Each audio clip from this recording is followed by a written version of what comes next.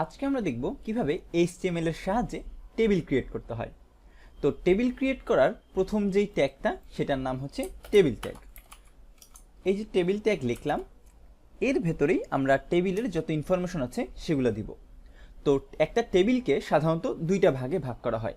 সবার উপরে যে অংশতে টেবিলের ডেসক্রিপশন থাকে, কাইন্ড অফ নেম, এজ এগুলো বলে নিচে যেরকম ইউজারের ইনফরমেশনগুলো থাকে সেটাকে একটা ভাগ করা হয়, এবং উপরের যেই নেম, এজ, টাইটেলগুলো আছে সেগুলোকে একটা ভাগ করা হয়। তো উপরের এই অংশটাকে বলা হয় হেড পার্ট, এবং নিচের যেটা আছে সেটা হচ্ছে ডাটা পার্ট। তো এটা কিভাবে লিখব? এইটা লেখার জন্য আমরা শুরুর যেই কিওয়ার্ড আছে সেটার নাম হচ্ছে টিআর, অর্থাৎ প্রত্যেকটাকে আলাদা আলাদা রোতে আমরা ডিভাইড করব। তো প্রথম রোতে কি হবে? প্রথম রোতে হবে আমাদের টি হেড। TH দিয়ে বোঝায় আমাদের টি হেড, যেখানে একটা ফিল্ডের নাম হতে পারে নেম। ঠিক একইভাবে আমি এটাকে আবার কপি করছি, নেম দুবার কপি করে এইটার নাম দিচ্ছি আমি এজ, এবং আরেকটা দিচ্ছি ফোন। এই হয়ে গেল আমার হেড। তো এই ফাইলটাকে একটু সেভ দিই, দেখে আসি কি অবস্থা। আমার ব্রাউজারে যাই, পেজটা রিফ্রেশ দিই, দেখেন নেম, এজ, টেবিল, এরকম আমার তিনটা লেখা চলে এসেছে।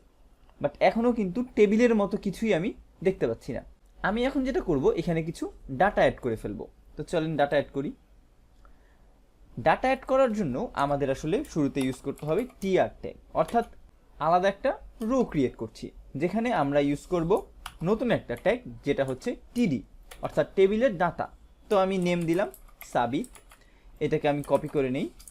এখানে আমি এজ দিচ্ছি হচ্ছে 22, এবং একই সাথে আমি আরেকবার পেস্ট করে এখানে র্যান্ডমলি কিছু নাম্বার লিখে দিলাম, এবং ফাইলটা সেভ দিয়ে ব্রাউজারে যেয়ে পেজটা রিফ্রেশ দিলে দেখেন নেম, এজ এবং ফোন তিনটার নিচে কিন্তু আমার 3 রকম ডাটা চলে এসেছে। তো এই ডাটাগুলো একটু ছোট বলে বুঝতে একটু সমস্যা হচ্ছে। আমি যেটা করব, এখানে আমি একটু নামটা এক্সটেন্ড করে দিই, সাবিউল 22-র পরে আমি কিছু ড্যাশ দিয়ে দিই।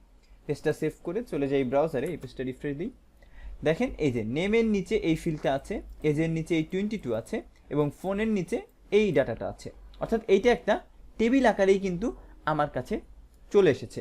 যদিও ডিজাইনটা টেবিলের মতো না, ডিজাইন করতে আমরা আলাদা একটা স্টাইলিং শিট শিখবো, সেটা না হয় পরেই শিখি। বাট টেবিল ক্রিয়েট করার বেসিক ওয়ে হচ্ছে এটা, যেখানে আমরা টেবিলকে দুইটা অংশে ভাগ করব।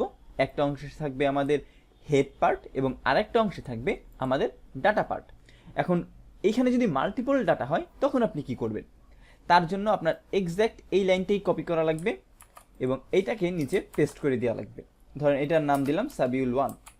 তো চলেন দেখি কি অবস্থা। পেজটা রিফ্রেশ দিই, দেখেন উপরে আসছে সাবিউল এবং নিচে আসছে সাবিউল 1, অর্থাৎ দুইটা কিন্তু আলাদা ডাটা। তো এরকম করেই আমরা আসলে মাল্টিপল ডাটা অ্যাড করতে পারি। এবং খেয়াল করলে দেখবেন ডাটা ফিল্ডগুলো হচ্ছে নর্মাল প্লেন টেক্সটের মতো, কিন্তু উপরে যেই নেম, এজ এবং ফোন দেখছেন হেডের অংশে, সেগুলো কিন্তু বোল্ড আকারে এসেছে, এবং সেগুলো আসলে আমাদের পুরো ডাটা ফিল্ডের সেন্টারে এসেছে। এবং ডাটা ফিল্ডগুলো আসে হলো লেফট সাইড থেকে, অর্থাৎ অ্যালাইনমেন্টটা লেফট সাইডে। তো এভাবেই আপনারা আসলে একটা টেবিল ক্রিয়েট করতে পারেন, এবং টেবিলে বিভিন্ন ধরনের ডাটাও আপনি শো করতে পারেন। তো আশা করি বুঝতে পেরেছেন কিভাবে টেবিল ক্রিয়েট করতে হয়। আজকের ভিডিও এ পর্যন্তই, সবাইকে ধন্যবাদ।